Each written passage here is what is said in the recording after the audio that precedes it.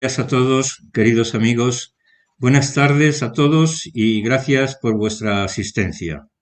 Hoy tenemos con nosotros en esta inauguración al profesor Ramón Tamames, que pronunciará unas palabras acerca de este encuentro y que se referirá a su reciente libro Más allá de la maldita pandemia, y en el que hace un repaso a la situación sanitaria, social y económica, publicado por la editorial Erasmus. Hay muchos temas que analizar y sobre los que debatir en este encuentro. Por ejemplo, el Plan de Digitalización de las Administraciones Públicas 2021-2025, del que se contemplan 2.000 millones para repartir para sanidad, justicia y empleo.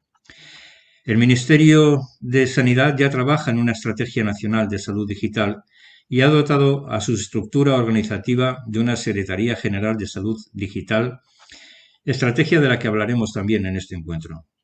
También vamos a debatir sobre cómo se ha de financiar el impulso de la digitalización en el sector sanitario en España, sobre cómo el Fondo de Recuperación Europeo y el instrumento Next Generation de la Unión Europea afectarán a las tecnologías de la salud y cuánto estará destinado a ello.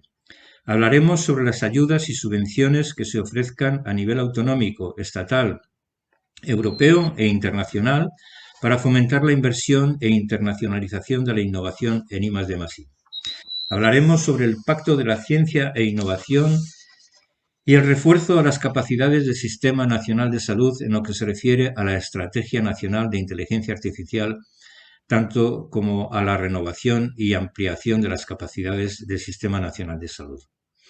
Hay que recordar que según el índice 6 de 2019, elaborado por la Sociedad Española de Informática de la Salud, la inversión en tecnologías de la información y la comunicación en el Sistema Nacional de Salud en el año 2019 planteaba una situación de disminución de casi el 3% respecto al año anterior, con un gasto total de 707.344 euros, produciéndose un recorte global de 21.000 euros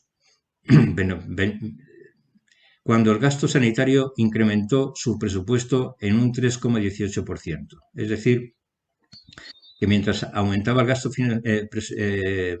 sanitario, disminuía el gasto en la tecnología de la información. En palabras de su presidente, Luciano Sáez Ayerra, decía: esto supone una disminución del peso de las TIC en el gasto global sanitario del 5,87%, dejándolo en el menor porcentaje desde que en 2012 se inició este estudio. Estamos en el 1,16% de gasto TIC sobre el gasto global sanitario. Hay que pensar que Europa recomendaba llegar a un 5%. A pesar de los logros alcanzados referentes a la digitalización de la sanidad, como la historia clínica electrónica y la receta electrónica interoperable en todo el territorio nacional, la madurez digital de los servicios de salud es baja, ya que solo alcanza alrededor del 31,7% de los requerimientos contemplados en el estudio elaborado por el sector de salud digital de FENIN, cuya responsable, Belén Soto, va a estar hoy con nosotros. Este estudio se realizó para medir el grado de desarrollo de la implantación y nivel de madurez del servicio digital y el grado de adopción de la tecnología digital. Como podemos ver, la digitalización de la sanidad hasta ahora no ha sido la prioridad de los gobiernos.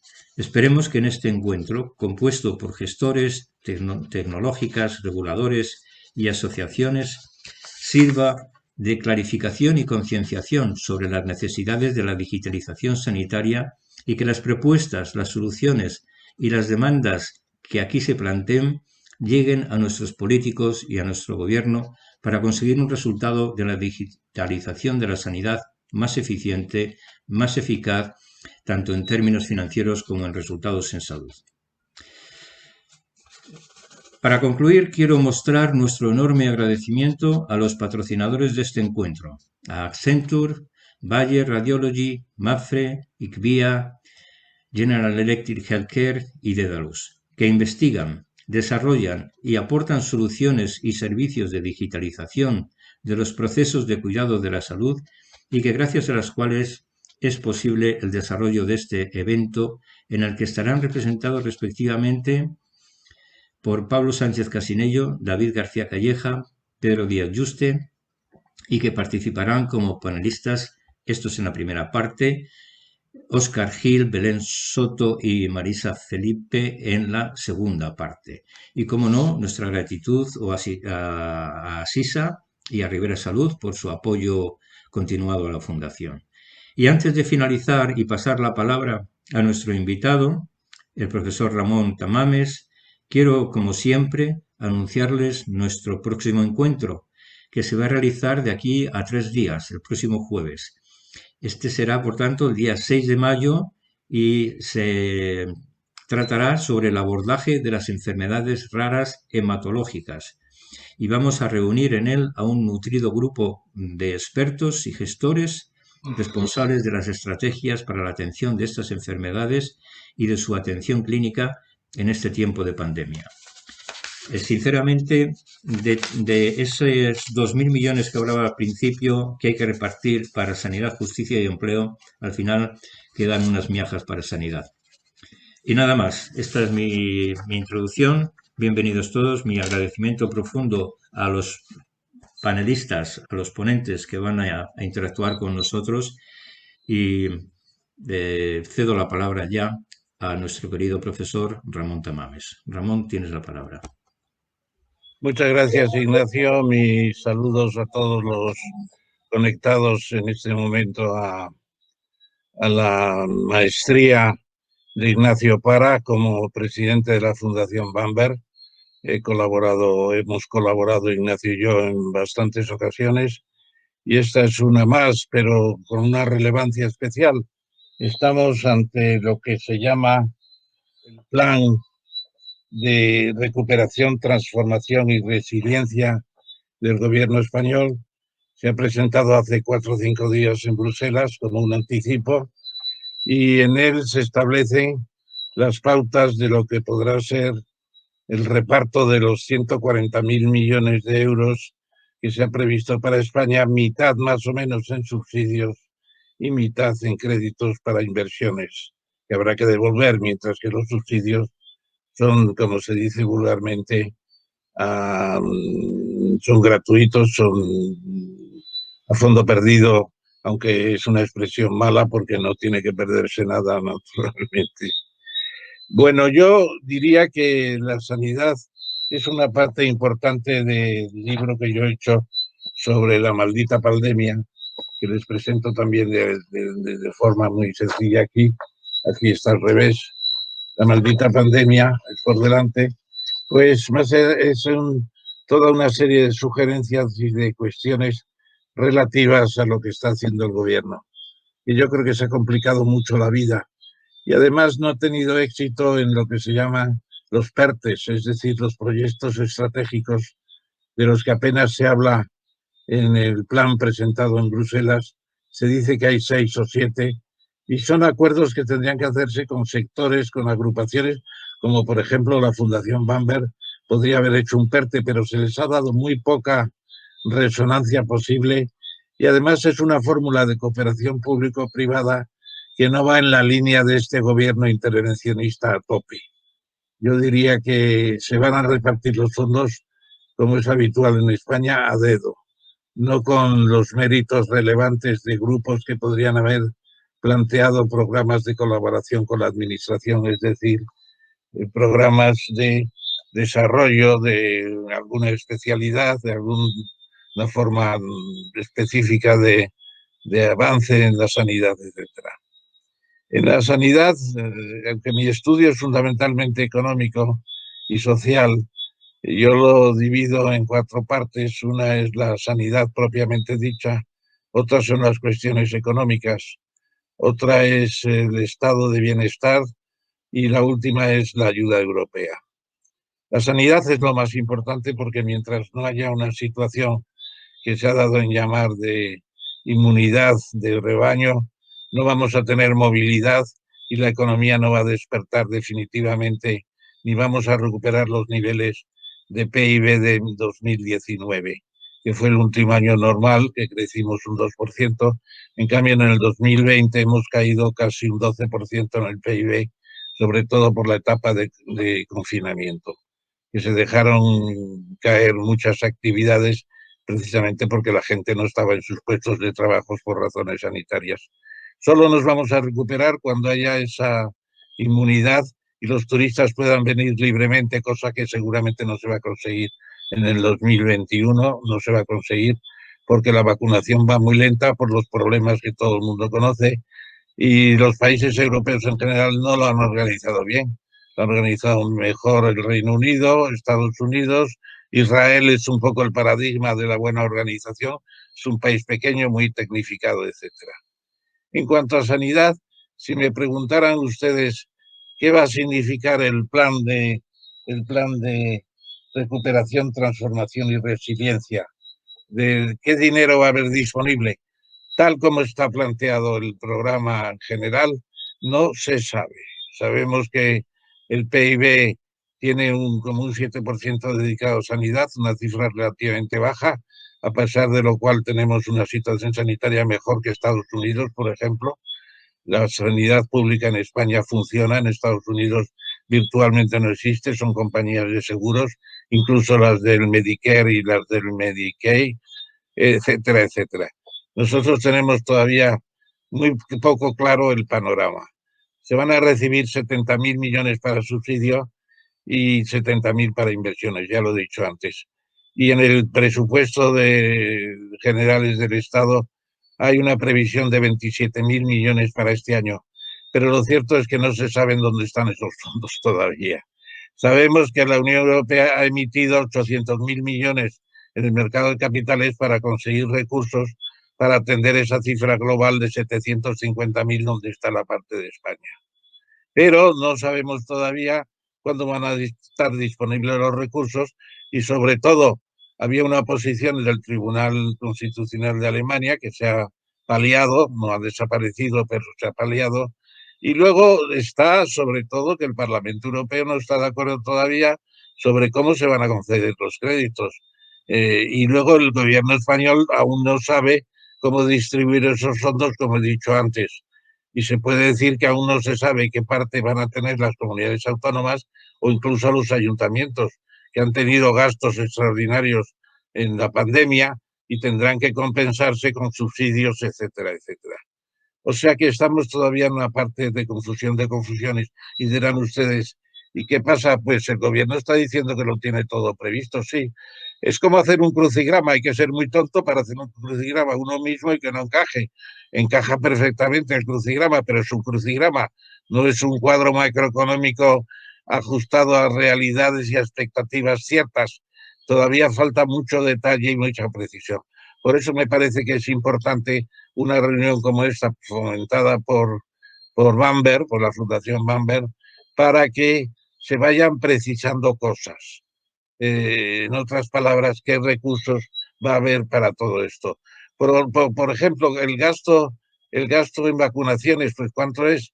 Pues no lo sabemos, serán 3, 4, 5 euros por dosis. No sabemos si todas las vacunas tendrán que ser de 2 dosis. Somos 47 millones de personas, se hace cargo del Estado.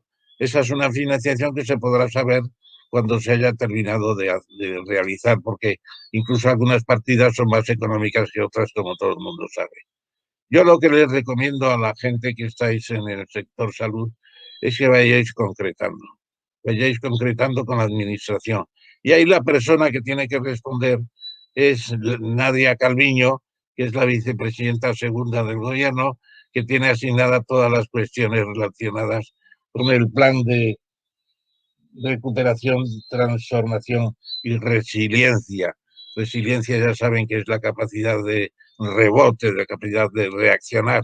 Tenemos resiliencia suficiente para recuperar el PIB de 2019 en el 2022 o en el 2023. Pues no lo sabemos todavía porque la recuperación es más lenta de lo que se pensaba. El sistema se ha desorganizado mucho, el empleo está todavía sin reaccionar. Tenemos 4 millones de parados oficiales prácticamente, más 1 millón menos, algo menos, que está todavía pendiente de los ERTES. No han perdido el empleo, pero sí están inactivos, etcétera, etcétera. Sanidad es un sector muy importante y yo creo que tendréis que hacer las cuentas vosotros mismos para saber qué es lo que necesitamos invertir. Y lo que necesitamos invertir es bastante, previendo el futuro. Isabel Zendal, el hospital, pues está bien que se haya hecho, IFEMA se improvisó, está bien que se hiciera. Tenemos en España 3,8 camas por 1.000 habitantes. En Alemania están en 8 camas, están en más del doble. Ahora se está viendo que nuestra sanidad no es tan gloriosa como se decía, los sanitarios sí lo son en el trabajo que tienen, en el que cumplen, pero tenemos un déficit importante todavía respecto a los países europeos más avanzados. Y nada más, querido Ignacio y queridos amigos, porque me habéis dado 10 minutos y creo que los he sobrepasado. Así que aplicaos mucho para que vuestro sector tenga un trato muy directo y muy importante, porque de él depende toda la economía. Si la pandemia no se pacifica y no se erradica, por así decirlo, la economía seguirá sufriendo indefinidamente. Muchas gracias y hasta cuando Eh, queráis. Ramón, Sí. mira, que es que prácticamente no has hablado de tu libro. ¿Por qué no aprovechas que todavía tenemos un poco de tiempo y, Bueno, pues como he y hablas dicho, un poco del libro? el libro tiene esas 4 partes: la sanidad, los métodos económicos.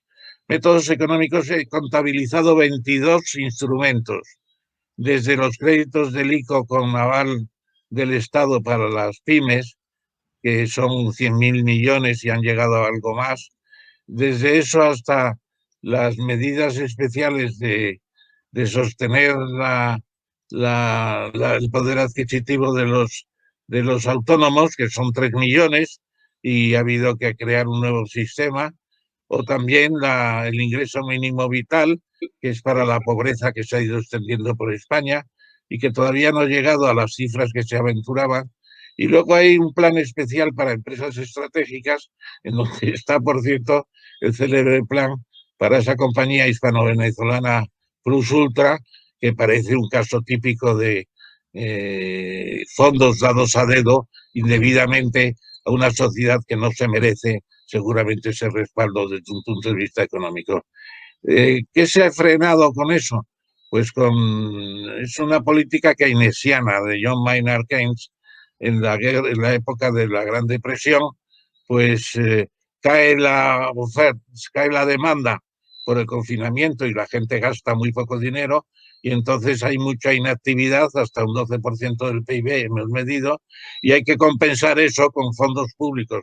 Y ahí la ayuda europea es muy importante.